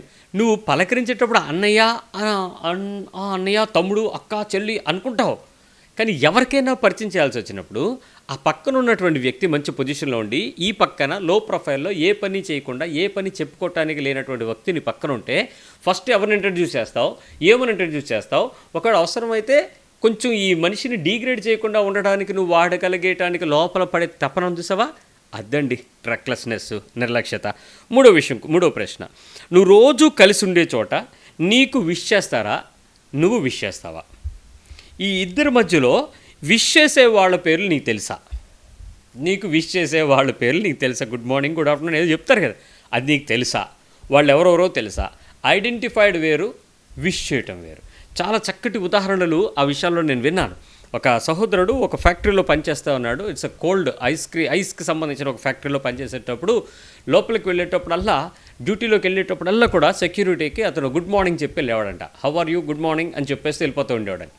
మొత్తానికి ఫ్యాక్టరీ అంతా కూడా వర్కప్ కంప్లీట్ అయిపోయింది. ఒకరోజు క్లోజ్ చేసే టైం అయిపోయినప్పుడు ఇతను లోపల బిజీగా ఉండడాన్ని బట్టి సమయాన్ని గుర్తు లేకపోయింది. It was completely locked up, close చేసేసుకున్నారు. Factory was closed, everything was closed, వెళ్ళిపోయారు. సెక్యూరిటీ అతను రెగ్యులర్గా లాకప్ చేసేసిన తర్వాత, తాళం వేసేసిన తర్వాత తను గుర్తు చేసుకున్నాడు, ఇవాళ ఉదయం నాకు డ్యూటీలోకి వెళ్ళినటువంటి వ్యక్తి గుడ్ మార్నింగ్ చెప్పెళ్ళాడు, వెళ్ళిపోయేటప్పుడు గుడ్ ఈవినింగ్ చెప్పేసి వెళ్తాడు, అతను రాలేదు, ఏం జరిగింది, అతని డిపార్ట్మెంట్ పలానా కదని చెప్పి తాళాలు పట్టుకుని టార్చ్ లైట్ వేసుకుని అగైన్ తన అసిస్టెంట్ తీసుకుని మళ్ళీ ఆ ఫ్యాక్టరీలోకి వెళ్ళాడండి. వెళ్ళి అవన్నీ చెక్ చేసుకుంటూ వెళ్ళి దాన్ని చూసేటప్పటికి తను అప్పటికే చాలా ప్రయత్నాలు చేసి బయటకు డోర్స్ లాక్ చేసుకోవడానికి, అన్లాక్ చేసి బయట రావడానికి తిప్పలు పడి రాలేక సొమ్ముసిల్లి పడిపోతాం చూసి వెంటనే టార్చ్ లైట్ చూసుకుని లాక్స్ ఓపెన్ చేసి అతన్ని బయటికి తీసుకొచ్చాడు. అతను బయటకు వచ్చిన తర్వాత అంటాడు, నేను రాలేదని నీకు ఎలా గుర్తుపట్టావనంటే, యువర్ విష్, నీవు నాకు ఇచ్చేటువంటి ఉదయకాలము నువ్వు నాకు చెప్పిన గ్రీటింగ్స్, సాయంత్రం నువ్వు వెళ్ళిపోయేటప్పుడు నాకు ఇచ్చేటువంటి ఆ గ్రీటింగ్స్ కోసం నేను ఎదురు చూస్తూ ఉంటాను. ఇవాళ మీరు అది తీసుకురా, నాకు ఇవ్వలేదు, మీకేమైందో నాకు తెలియలేదు, అందుకని ఎప్పుడు మీరు మర్చిపోవటం నేను చూడలేదు. ఒక సందర్భం, మంచి ఉదాహరణ కదా అది. మనకి ఇక్కడ మన రాజ్ కుమార్ గురించి నేను చాలాసార్లు మీతో అతిశయంగా చెప్తుంటాను. ఒక క్రిస్మస్కి కొన్ని వేల రూపాయల తన జీతాన్ని తన స్నేహితులతో కలిసి ఖర్చు పెట్టి వాళ్ళందరూ కలిపి ఆ హౌస్ కీపింగ్ స్టాఫ్కి, సెక్యూరిటీ వాళ్ళకి గోస్పల్ చెప్పడానికి హైదరాబాద్లో మీటింగ్ పెట్టాడు. ఎంప్లాయీస్కి కాదు, హౌస్ కీపింగ్, ఇల్లు తుడిచే వాళ్ళు, వాళ్ళకి ఆ సెక్యూరిటీ వాళ్ళందరినీ పిలిచి, నేను ఇప్పటికీ అది గుర్తు తెచ్చుకుంటే నాకు ఒళ్ళంతా పులకరిస్తూ ఉంటుంది. అలాంటి వాళ్ళని ఎవడు పట్టించుకోడు. సెక్యూరిటీ వాడు నమస్కారం పెద్ద రెక్లెస్గా ఏదో నీకేదో అర్హత పొందినట్టు నువ్వు టక్కొట్టయ్యి, ఆడు టక్కొట్టయ్యే, చూసుకో. మరి అలా నువ్వు 5 పేర్లు చెప్పు. ఎవరి విషయంలోనైనా ఎప్పుడైనా వాళ్ళని పట్టించుకున్నావా? వాళ్ళ పేర్లు నీకు తెలుసా? వాళ్ళ పరిస్థితులు ఎలాంటివి తెలుసా? ఆ విషయంలో నువ్వు ఒక 5 పేర్లు నువ్వు చెప్పాలి, ప్రయత్నించేయండి. ఇప్పుడు నేను 1, 2, 3 చెప్పాను. 4th విషయం, 4వ విషయం చెప్తున్నాను.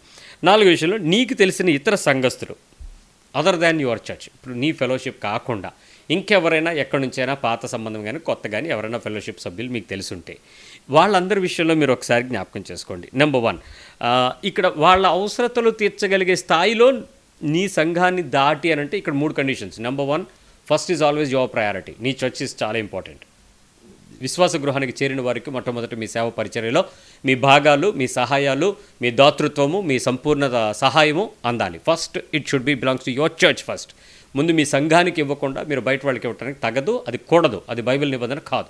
రెండవ విషయంలో ఏంటంటే అదర్స్, నీకు ఇతరులు ఎవరైతే బయట వాళ్ళు తెలిసిన వారు ఉన్నారో సంఘానికి సంబంధించిన వారు, నీ అదర్ దాన్ యువర్ చర్చ్, వాళ్ళందరికీ కూడా నువ్వు ఇవ్వచ్చు. థర్డ్ ఏంటంటే ఇన్ జనరల్ ఎవ్రీ వన్. ఇలాంటి ఎపిడమిక్ సిచ్యువేషన్స్లో ఇప్పుడు మనం పెండమిక్ అంటున్నాం కదా, ఇది మహమ్మారితో మనం ఈ కరోనా మహమ్మారితో పడతారు. ఇలాంటప్పుడు ఏంటంటే ఇట్స్ జనరలైజ్డ్గా చేయాల్సిన సహాయం అందరికీ చూడొచ్చు. వీళ్ళు వాళ్ళని లేదు, ఇక్కడ చర్చ్ అనే కాదు, అందరికీ ముందు నీ చర్చ్, తర్వాత other than the church, generally all, ఈ మూడింటికి నువ్వు సహాయం చేయాలి. ఇప్పుడు ఇలాంటి సహాయం చేసేటప్పుడు ఏ విషయాలలో వాళ్ళ అవసరతల కొరకు వాళ్ళు కూడా నీలాగే స్పందిస్తారు అనేటువంటి స్పందన నీకు ఉంటుందో దట్ ఈస్ ప్రయారిటీ. అది లెక్కే. ఆ లెక్క ప్రకారం నువ్వు ఉంటున్నావు లేదో చూసుకోండి. దట్ ఈస్ చాలా మోర్ ఇంపార్టెంట్ కూడా. ఆ పనికి తగినట్టుగా నువ్వు సిద్ధపడకపోతే ప్రభు ఆనందించేవాడు కాదు. అది నువ్వు వార్నింగ్ అనమాట. అది జాగ్రత్తగా తీసుకోండి. రైట్. ఇక్కడ ఇంకో మాట చెప్తాను. ఇప్పుడు 5వ విషయంకి వస్తున్నాను. Be serious. ఇవి 5 విషయాలు మీ సమాధానం చెప్పి తీరాల్సిందే. 5వ విషయం, నీ చుట్టూ 10 మంది ఉన్నారు. నీ చుట్టూ 10 మంది ఉన్నారు. ఎవరి కాళ్ళు ఆలోచించుకోండి. This is your individual life. 10 మంది నీ చుట్టూ ఉన్నారు. సహాయం చేయటానికి ఒక వ్యక్తి నిన్ను పిలుస్తున్నాడు. ఆ వ్యక్తి నిన్నే గనక సహాయానికి మొట్టమొదట పిలుస్తాడా? 10 మంది ఉన్నారు నీ చుట్టూ, ఒక హెల్ప్ నిన్ను పిలవాలనుకుంటున్నాడు. ఆ హెల్ప్కి నిన్నే చూస్ చేసుకుంటారా? నిన్నే చూస్ చేసుకునే లెక్క అయితే ఎందుకు చూస్ చేసుకుంటాడు? Now my 10 list comes. 1 to 10 వేస్తున్నాను, ఆ 10కి మార్కులు మీరు వేయండి. నెంబర్ 1, మాటల ద్వారా నువ్వేమన్నా ప్రోత్సహిస్తావని నేను అనుకుంటాడా? డూ యూ హ్యావ్ ఎనీ చాలా చక్కగా నువ్వు మాట్లాడతావు, చాలా చక్కగా ప్రోత్సహిస్తావు, చాలా చక్కగా వారికి ఏదో ఒక విషయంలో ధైర్యాన్ని ఇస్తావు, అందుకని నిన్ను చూస్ చేసుకుంటారా? Is it the reason? ఒకవేళ అది కాకపోతే అది ఎలా ఉంటుందో నువ్వు పరీక్షించుకో. అంటే అలాంటి సందర్భంలో నీ సహాయం తీసుకోవటానికి నీ వైపు చెయ్యి పెట్టారంటే, నీ పేరు పెట్టి పిలిచారంటే, నిన్ను రమ్మని ఆహ్వానించారంటే, నీకు వాళ్ళు సహాయం నీ నుంచి తీసుకోవాలని వాళ్ళు ఆశపడుతున్నారంటే, ఏమో దేవుని యొక్క కృప నీ మీద చాలా విస్తారంగా ఉందన్నది ప్రాముఖ్యమైన విషయం. అలా రైట్. రెండో విషయం చెప్తున్నాను. ఆ 10 మందిలో నిన్ను పేరు పెట్టి పిలిచి, నిన్ను చెయ్యి చూపించి, నిన్ను చూస్ చేసుకుని, నిన్ను పిక్ చేసుకుని, నిన్ను సెలెక్ట్ చేసుకుని, నిన్ను తనతో పాటు ఉంచుకోవటానికి ఆ 10 మందిలో కన్నా గొప్పవాడిగా గొప్పదానిగా నిన్ను ఎంచడానికి రెండవ కారణం చెప్తున్నా. నీ ప్రార్థన. నువ్వు మంచి ప్రేయర్ వారియర్వి, ప్రేయర్ ఫిల్డ్, నీకు ఆదరణ తెలుసు, వాక్యం తెలుసు, ధ్యానించడం తెలుసు, ఆరాధించడం తెలుసు, నిజాయితీగా నువ్వు నమ్మకంగా ఉంటావు దేవునితో. అందుకు నిన్ను చూస్ చేసుకుంటారా? నీలో నిర్లక్ష్యం ఉందో లేదో తెలుసుకోవటానికి, నీ పరిచర్య అవతల వ్యక్తి పొరుగువానికి అవసరమా కాదా తెలియటానికి వాళ్ళు నిన్ను చూస్ చేసుకోవాలి అనంటే నీకు ఆత్మ సంబంధమైన, వాక్య సంబంధమైన, ప్రార్థనా సంబంధమైన సహవాసంతో దేవునితో నీకుండేటువంటి ఆ సంపూర్ణమైన సహవాసాన్ని బట్టి నిన్ను వాళ్ళు చూస్ చేసుకోగలరా? That's my question. ఫస్ట్దేంటి? నీ మాటలు, ప్రోత్సాహం, ధైర్యానికి సంబంధించిన లక్షణాలు నీలో ఉన్నాయి కాబట్టి నువ్వు ఉంటే ఓకే ఫైన్. ఇప్పుడు రెండో విషయం, ఈ ఆత్మ సంబంధమైన పరిస్థితుల మధ్య నీకు సహాయాన్ని బట్టి చేయగలుగుతాడా? ఇది మీకు ఇంకా బాగా అర్థం అవ్వాలంటే నేను ప్రశ్నని చాలా జనరలైజ్డ్లో నుంచి పర్సనలైజ్డ్కి వచ్చేస్తాను, మీకు అర్థమైపోద్ది. ఏం లేదు. ఇప్పుడు ఆలివ్ గ్రీన్ అనే వ్యక్తి ఒక 10 మంది సంఘంలో, లేక 100 మంది ఉన్న సంఘంలో, లేక 1000 మంది చూస్తున్న మీలో, మీరు కూర్చున్న వాక్యం వింటున్న మీ ఇంట్లో, మీ ఇంటికి వచ్చి మిమ్మల్ని చూస్ చేసుకోగలడా అని అడుగుతున్నాడు. తను ఒక పని కొరకు, ఒక అసైన్మెంట్ చేయటానికి, ఒక పనికి, ప్రభువు యొక్క పనిని చేయటానికి నీ వైపు చూడగలడా? ఆ వ్యక్తివి నువ్వైతే నీలో ఏ లక్షణాలు ఉన్నాయి చూసుకో అనేది రెండో విషయం చెప్పా. మూడో విషయం చెప్తున్నాను. మూడో విషయం ఏంటంటే, ఆ 10 మందిలో నీ వైపు చేయి చూపించగలిగినటువంటి వ్యక్తి, నువ్వు చాలా చక్కగా ఫుడ్ తయారు చేయగలవు, టైంకి కావలసినట్టు వండగలవు, వడ్డించగలవు, అది ఎక్కడేం దొరుకుద్దో చూడగలవు, ఆహారం విషయంలో నువ్వు టైమ్లీ చాలా ధ్యానం కలిగి ఉంటావు, ఎందుకంటే నువ్వు న్యూట్రిషియస్ ఫుడ్ తయారు చేయగలవు, స్పాంటనేట్గా చక్కగా టైం చూసుకుని అమ్మో ఈ టైంకి ఇది అనే అధికారుల దగ్గర, ఐఏఎస్ ఆఫీసర్స్ దగ్గర కొంతమంది ఉంటారు, వాళ్ళు ఆన్ టైం వాళ్ళకి ఏం అవుతుందో టైం చూసుకుని ఆ టైం ప్రకారం వాళ్ళు ఫుడ్ సప్లై చేస్తూ ఉంటారు. రాజు టేబుల్ మీ దగ్గర ఉండేటట్లే, రాజు మనస్సు ఎరిగి, రాజు టేస్ట్ ఎరిగి కప్ అందించడం అనే పద్ధతులు ఉంటాయి చూసారా, అట్లా అనమాట. అలాగా నీకు అలాంటి లక్షణాలు ఉన్నాయని నిన్నేమన్నా పిక్ చేసుకుంటాడా దేవుడు? ఇంటి వారి అవసరతలన్నీ చూసుకోవటం అని అంటాడు కదా, నమ్మకమైన పనివారి గురించి చెప్పాడు కదా. అట్లా నీకేమైనా ఆన్ టైం నువ్వు చూసి ఈ టైంలో అయితే అయ్యగారికి ఇది బాగుంటుంది, ఈ టైంలో అయితే అమ్మగారికి ఇది బాగుంటుంది, ఈ టైంలో బాబుకి బాగుంటుంది, ఈ టైంలో ఇల్లు బాగుంటుంది, మీ ఇంట్లో వాళ్ళకి మీరు సర్వ్ చేయడానికి ఇష్టపడినటువంటి వ్యక్తులుగా ఇలాగే దేవుని పని కొరకు చూస్ చేసుకునేటువంటి వ్యక్తిగా నువ్వు రాగలుగుతావా? నెంబర్ 3. నెంబర్ 4, నీకు చాలా సర్దటం బాగా తెలుసండి. డిసిప్లిన్గా ఏది ఎక్కడ పెట్టాలో, ఎలా పెట్టాలో, కంపాక్ట్గా ఎలా సర్దాలో, పుష్ ఎలా చేయాలో, ఆ ప్యాకింగ్ ఎలా చేయాలో, ఆ ట్రాన్స్పోర్టేషన్ అడ్జస్ట్మెంట్స్ ఎట్లా చేయాలో, ఆ టికెట్సు, ఆ లగేజు, ఇలాంటి వాటి కొరకు దేవుడు ఏమైనా నిన్ను చూస్ చేసుకోమంటాడేమో. వీళ్ళకి వీటి మీద బాగా జ్ఞానం ఉంటుందండి. వీళ్ళకి ఆన్లైన్ బుకింగ్స్ ఇప్పుడు మాకు వీళ్ళు చేసి పెడుతుంటారుగా. సందీప్ ఎప్పుడు నేను సందీప్ అది చూసి పెట్టంటే వెంటనే టికెట్స్ కన్ఫర్మ్ చేసి పెట్టేస్తూ ఉంటాడు. లేకపోతే ఇంకెవరైనా చెప్పి టక్ నవీన్ కూడా చూసేసుకుని మాకు ఆన్లైన్లో నేను ఎక్కడికైనా వెళ్ళిపోయినా, అరే బాబు పలానా టైంకి నేను రావాలి చూడనంటే ఆ టైంకి వాళ్ళు ఆ టికెట్ తత్కాల ఏవో పెడతారు, అవి పెట్టి నాకు అది SMS పంపుతారు, నేను అటు నుంచి ఎక్కువ వచ్చేస్తూ ఉంటాను. సో లైక్ వైజ్ ఎవరైనా మీకు ఆ టెక్నికల్ అసిస్టెన్సీ అంతా కూడా, ఈ టెక్నాలజీకి సంబంధించిందంతా, ఈ ఐటీకి సంబంధించిందంతా కూడా చేస్తూ మీ ప్రయాణానికి మీతో పాటు ఉండి మీరుంటే చాలా సమర్థవంతంగా, మీరుంటే శక్తివంతంగా ఉంటారు అనేటువంటి పద్ధతిలో మిమ్మల్ని మీరు ఎవరైనా చూస్ చేసుకుంటే ఆ చూస్ చేసుకునే వ్యక్తి నువ్వు అవుతావా? Maybe you are talented in organising things, maybe you are in setting some of sort of దాన్ని ఏమంటారు, ఈ ట్రాన్సిట్ సంబంధించినటువంటి పనులన్నీ చేయటానికి ఈ వెహికల్స్తో, డ్రైవర్స్తో, టైమింగ్స్తో అక్కడ ఇక్కడ ఈ లాజిస్టిక్స్ అన్నీ సెట్ చేయటం, అందును బట్టి నిన్నేమన్నా చూస్ చేసుకుంటారా? రైట్. నెంబర్ 5 ఏమైనా నీకు మేనేజ్మెంట్ చేయటం, కమర్షియల్గా మేనేజ్మెంట్ చేయటం, అథారిటేటివ్గా మేనేజ్ చేయటం నీకు వచ్చారని నేను ఏమైనా చూస్ చేసుకుంటాడా? Managing is people. మనుషులందరినీ అడ్మిన్ చేయటం, కంట్రోల్ చేయటం, వాళ్ళందరికీ కమర్షియల్ థింగ్స్ ఎవరికి ఎంత ఇవ్వాలి, ఎలా ఇవ్వాలి, ఏం చేయాలి అవన్నీ లెక్కలేసుకోవటం ఆంతర్యంలోనూ బయటికి. అథారిటేటివ్గా వాళ్ళని కొంతమంది దడ్డర్లు ఆడించేస్తారు. కొంతమంది ఉంటారండి, ఒక ఫోన్ ఇస్తే చాలు ఏమైనా చేసి పడేస్తారు. అలాగా మొత్తం వాళ్ళకి కింద మీద చేసి ఆ పని అంతా సక్సెస్ఫుల్గా చేసి తెచ్చేస్తారు. అలాంటి వాటికి దేవుడు నిన్ను చూస్ చేసుకోవటానికి నీ వైపు ఏమైనా చేసి చూపిస్తాడా? నీ లక్షణాలు ఏమైనా దానిలో ఉంటున్నాయా? అలాంటి పరిస్థితుల్లో ఒకసారి చూసుకో. నెంబర్ 6, నీకేమైనా ఫైన్నెస్ అండ్ నీలో ఏమైనా చాలా ఫెయిర్గా నువ్వు ఖర్చు పెట్టడం కానీ, డబ్బులు ఖర్చు పెట్టడం కానీ, అకౌంటబిలిటీలో పర్ఫెక్ట్గా కానీ, చాలా ఫెయిర్గా ఇష్యూస్ని హ్యాండిల్ చేసేటప్పుడు ఆ పొదుపుతనంగా దాన్ని సిద్ధపరచడం కానీ, డబ్బును దాయటం కానీ, ఇలాంటి పనులకు నువ్వు చాలా అకౌంటబిలిటీగా ఉండటానికి, ఖర్చు పెట్టేటప్పుడు నిజాయితీగా ఉంటావని చెప్పి దానికోసం నిన్నేమన్నా చూస్ చేసుకోవడానికి ప్రయత్నం చేస్తున్నారంటావా? అంటే నీ వైపు చూసి నువ్వైతే నాకు పనికొస్తావు, నువ్వైతే నాకు ఓకే అని నీ వైపు చూడటానికి దేవుడు అలాంటి వ్యక్తిగా నిన్ను ఎంచుకోవటానికి, నీ నాయకుడిని కానీ, నీ పొరుగువాడిని కానీ, నీ ఎవరైనా సహాయం వైపు నిన్ను చూడాలని ఎవరైనా అనుకుంటారా? దాని విషయంలో చూసుకోండి. నెంబర్ 7, ఎక్కడైనా కొంతమందికి ఏమంటారంటే, అరే మనం అందరం వెళ్తున్నామంటే ఆడు వచ్చాడు అనుకోరా, గొప్ప టైం పాస్ అయిపోద్దిరా, ఆడి హ్యాండ్ రా, అప్పర్ హ్యాండ్ రా అని పిలవండిరా, ఎలాగొకలాగని తీసుకురండి, మనకు మంచి కామెడీ అయిపోద్ది, ఎంటర్టైన్ అయిపోద్ది, బోరు కొట్టదురా ప్రయాణంలో. అలాగేమైనా నీ వైపు చూస్తున్నారా? నీకున్నటువంటి ఫస్ట్ చెప్పానే మాట, దానిలో ఉండేటువంటి ప్రోత్సాహపు మాట, ధైర్యపు మాట, ఇదేంటంటే వెటకారపు మాట, కామెడీ మాట, బొఫూన్ లాగా సరదాగా ఎంటర్టైన్మెంట్గా మనుషులందరికీ కూడా ఒక కమిడియన్గా, వాళ్ళతో పాటు నువ్వు కూడా ఉల్లాసకరమైనటువంటి సెటైర్లు, జోకులు, మనుషుల్ని విమర్శించుకోవటం, రకరకాల పనులు చేస్తూ నీ వైపు చూసి ఈడు కూడా మనతో ఉంటే అనేటువంటి పనికి నేను ఏమైనా చూస్ చేసుకోవడానికి ప్రయత్నం చేస్తారా? చూసుకోండి. Number 8, helping in every backup. నీవు వాళ్ళు ఉన్నారనుకోండి, ప్రతి దానిలో నీకు ఒక గొప్ప ధైర్యం వచ్చేదండి. ఈ బ్యాకప్ పార్ట్ ఎలా ఉంటుందంటే, వాళ్ళు ఉన్నారనుకో, నువ్వు రెచ్చిపోతావు, నువ్వు గొడవలాడతావు, నువ్వు అరవగలవు, కయ్యాలకి వెళ్ళగలవు, మరి కాలు దువ్వేస్తావు, అవసరమైతే అవతల పరిస్థితి ఎలాంటి దానికే వెళ్ళిపోతావు. ఎందుకంటే ఆడికి పోలీసుడు తెలుసు, లేకపోతే ఆడు 2 గుద్దులు గుద్దేస్తాడు, లేకపోతే ఇంకేదైనా పరిస్థితిని మొత్తం ఎంత అలరైనా చేయగలరు, ఏదైనా కంట్రోల్ చేసుకోరు. అంటే అలాంటి బాడీ గార్డ్స్, బౌన్సర్స్ అంటారు చూసారా, అలాంటి వాళ్ళు అనమాట వీళ్ళు. అంటే వీళ్ళు కొంచెం క్రైస్తవుల్లో బౌన్సర్లు ఉంటారా? డబ్బు కోసం ఏ పనైనా చేయొచ్చా? అన్నింటిలో స్వాతంత్రం ఉంది కానీ అన్నీ చేయదగినవేనా? అలాంటి పిచ్చి పిచ్చి పనులు మాకు వెళ్ళమాకండి. మీ పిల్లల్ని అలాగ వెళ్తుంటే వాళ్ళ కోసం మీరు మొరపెట్టండి, దేవుడు వాళ్ళకి ఒక దెబ్బ కొట్టి వెనక్కి తీసుకొచ్చేస్తాడు.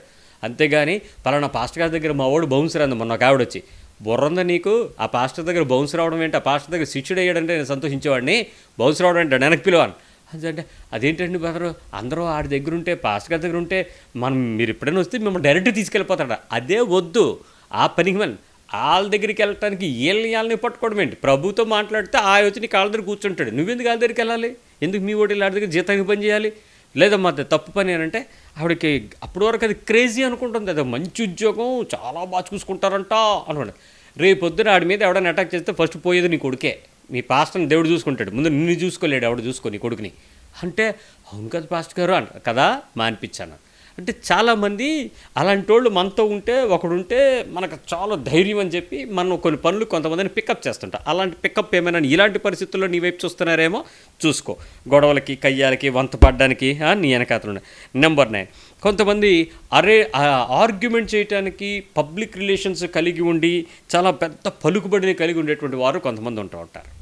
వాళ్ళు ఏం చేస్తారంటే, వాళ్ళు ఎలాంటి వాళ్ళనైనా మేనేజ్ చేయగలుగుతారు, ఎలాంటి సిచ్యువేషన్లో హెల్ప్ కావాలన్నా సిగ్గు లజ్జాలు ఉండవు, ఎవరినైనా కమాండ్ చేస్తారు, డిమాండ్ చేస్తారు, బతిమలాడతారు, ఇంకేదో పేరు చూపిస్తారు, ఇక్కడది ఏవో చెప్పి మొత్తానికి మాటల్లోనే నడిపించి వాళ్ళకి కావాల్సిన అవసరత తీర్చేస్తారు. They'll be fulfilled, they'll get on, అంతే. వాళ్ళు తెచ్చుకుంటారు అంతే, చేసి తీరుతారు అంతే. అలా చేయటానికి వాళ్ళు చేసేటువంటి ప్రతి ప్రయత్నంలో కూడా ఈ పరిస్థితి ఉంటుంది.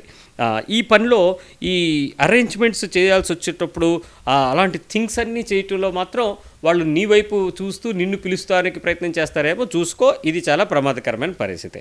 నెంబర్ 10, 10వ విషయం చెప్తున్నా.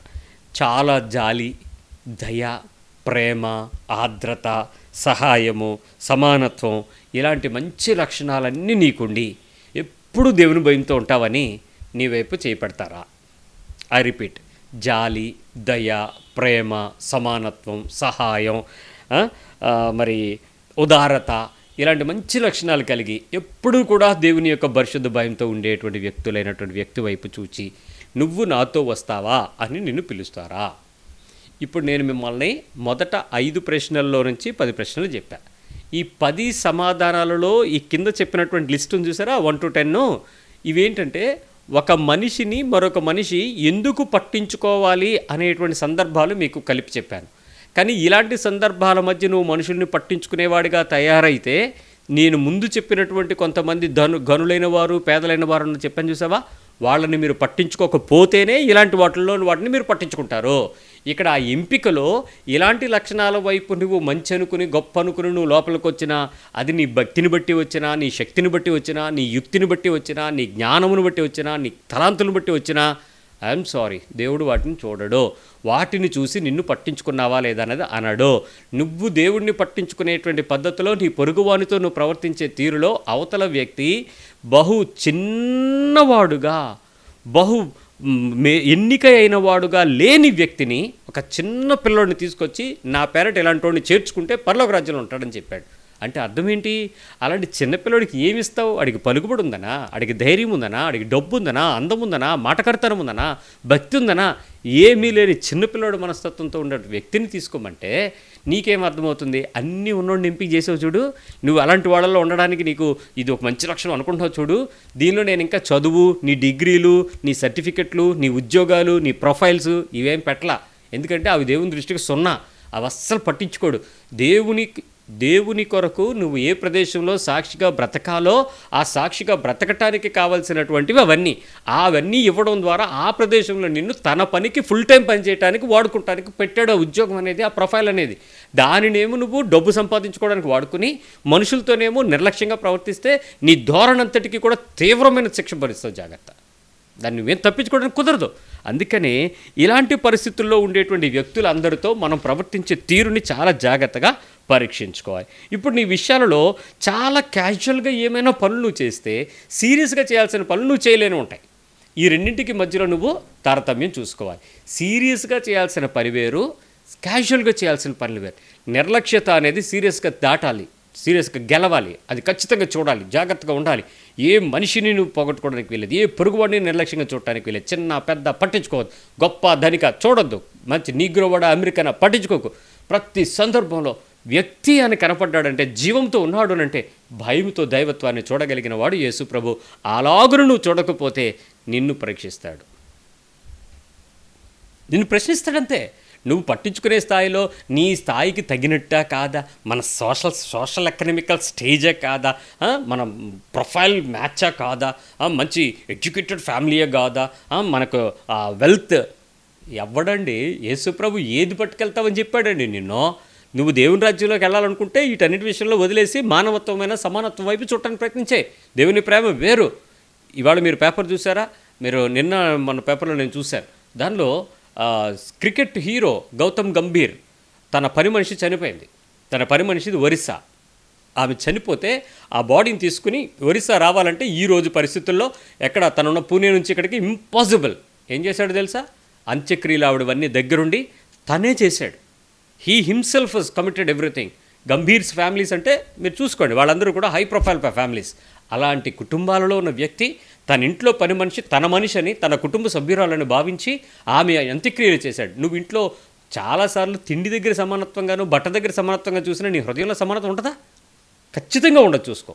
ఎందుకంటే అది దేవుని ప్రేమను నువ్వు అనుభవించినట్లుగా నువ్వు దేవుని ప్రేమను వ్యక్తపరచలేకపోతే నువ్వు దేవుని సన్నిధిలో ఏడవలసిన దానివి, ఏడవలసిన వాడవే, అంతేగాని ఏలవలసిన వాడవు కావు. జాగ్రత్త విషయం. అతను ఆ పని చేశాడు అని నేను అది న్యూస్లో చూసిన తర్వాత నాకు చాలా ఆశ్చర్యం వేసింది. ఎందుకంటే ఇలాంటి సందర్భాలలో ఏ పోలీసు వాళ్ళతో సహాయం తీసుకుని ఇదిగో పోయింది తీసుకెళ్ళంటే ఏమీ కాకుండా కరోనా మరణాల్లో దోసిపడేస్తారు, లేకపోతే ఇంకెక్కడికో తీసుకెళ్ళి ఏదో చేయించేస్తారు. అలాంటిది కాకుండా తన దగ్గరుండి ఆమె సంప్రదాయ పద్ధతుల్లో తనంతడు తాను అన్నీ వదులుకొని ఆ బాధ్యత ప్రకారం తను చేశాడట. So let's follow some things. ఎవరినో ఫాలో అవటం కాదు, యేసు ప్రభుని ఫాలో అవుదాం, ఆయన నీతిని ఫాలో అవుదాం, ఆయన రాజ్యాన్ని వెతుకుదాం. అప్పుడు కదా నీ జీవితంలో సమాధానం.